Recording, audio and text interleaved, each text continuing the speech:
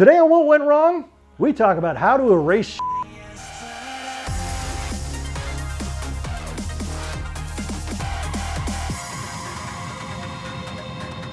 Hi, I'm Brett Mauser, and I just finished production on our feature-length Western, Lady Lawman.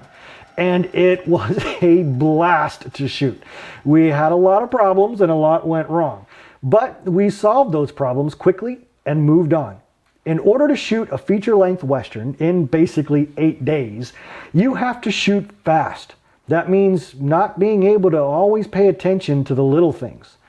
Not having a large crew that allows one person to be in charge of continuity and watching out for anachronisms. Sometimes you see things, little things, and just have to say, I'll deal with it in post. That gets the job done. You get the film in the can, but then when post rolls around, you have to deal with all those. And we had to deal with a lot. From Dr. Pepper bottles, to telephone wires, to traffic cones, and cars. And we did our best to tackle all of them. So how do we do it? Well, we handled these issues in a number of ways. Sometimes a crew member or a car was at the edge of the frame.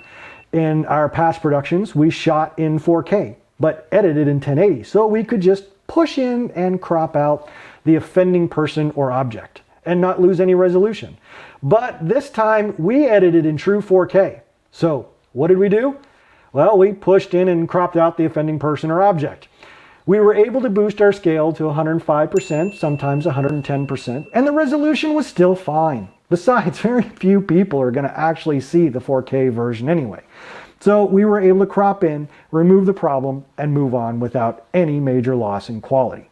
Then, of course, there were telephone wires. We would either erase them, or in one particular case, it was going to be a major pain in the ass to erase those telephone wires. So we just took one of the buildings that the power lines looked like they were going into and made it a telegraph office. But they're not always that easy. Sometimes they are. There were some easy things to remove, especially when the camera was on tripod. We were able to use a mask in After Effects, duplicate the layer, move the lower layer up or down and to the side, feather the edges of the mask, and erase the problem. Sometimes the lower layer needed to be keyframed, but most of the time it didn't. Then there were times where we'd have the camera on a tripod, but a character would move in front of the object, like this picture. It was a modern flyer posted on the wall. I replaced it with a period correct picture we got from our stock photo subscription service. But a time or two, Ryan or another actor would move in front of the picture. So after we used the corner pin in After Effects to drop in the picture and then add a curves adjustment and blur to make it blend with the scene, we duplicated the layer, then used the rotoscope tool to create a mask around Ryan and her hat as it dipped in front of the picture. We were able to trim the clip and only rotoscope the part where she moves in front of the picture. There's no need to rotoscope the entire clip. And then there were the times when the camera was moving. Some of these times we were able to use the content aware fill in After Effects, like when we used it in the chair in order to remove some dirt on the lens. You simply create a mask around what you want removed, make sure the subtract mode is selected from the mask properties, then in the content aware fill tab, select the appropriate options and click generate. It'll take some time to analyze and generate the layer, then use the mask feathering and expansion to fine-tune it. But then there were shots like this, water bottles left in pockets. The effect just didn't work. It looked like the Predator's water bottle, which could be something to keep in mind if you ever wanted to use that effect in a science fiction film. But this was a Western, and we needed to remove the bottle. So after content aware didn't work, we attempted our second trick, like we did here with the Christmas lights in the town shot. We found a clean frame of the town without the actor, then exported the frame into Photoshop, where we used that content aware fill in Photoshop, and that worked well. We then dropped the frame onto our After Effects timeline and masked out the areas around the lights. Then we had to use the motion tracker in order to track the lights onto the background.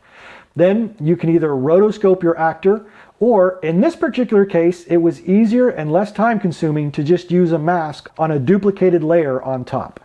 But this didn't work for the water bottle. The perspective and the background changed too dramatically. We tried everything we could think of, from the content aware fill to motion tracking a photoshopped image. None of it worked.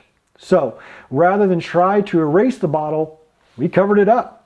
I downloaded a shot of a pair of gloves from our stock photo subscription service, cut them out in Photoshop, and used the motion tracker to track the pocket. Applied the tracking data to a null object, then parented the gloves to the null, and voila, problem solved. There are a number of ways to erase things from that perfect shot, whether it's a water bottle or some jackass photobombing your perfect take. You can save the shot. It's just going to take some time. And if you know your software, know what it's capable of, and know the tools at your disposal, when one doesn't work, you can mix and match and figure out what happens when you combine one with the other in order to achieve the desired effect. Use your brain. Think about it.